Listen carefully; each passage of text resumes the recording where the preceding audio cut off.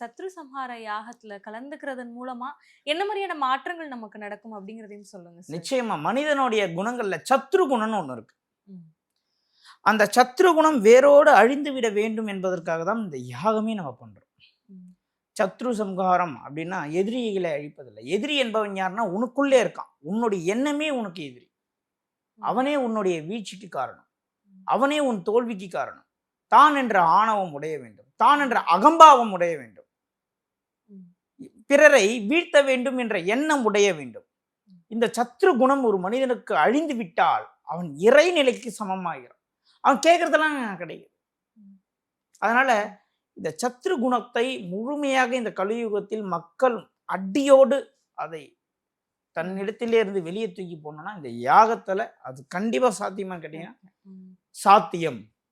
அப்படின்றதுக்காக தான் இது மகா ஒரு பொது ஜனத்தை கூட்டி நம்ம செய்யறோம்.